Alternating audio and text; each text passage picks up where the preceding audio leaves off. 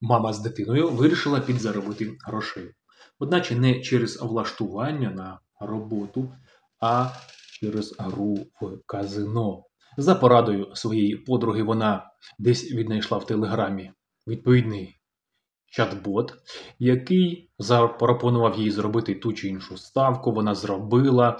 Одначе для виграшу, як ви розумієте, потрібно доплатити, що вона не захотіла робити. Одначе бот, як ви розумієте, доволі настирний і повідомив, що якщо вона не доплатить кошти, то повинна буде заплатити штраф. І він уже такий доволі великий. І тепер у неї от халепа, тому що казино буде переслідувати її тепер не лише у снах, але і наяву. Ну, принаймні так обіцяє. Як вважаєте ви, наскільки є ефективною стратегія заробляти у казино?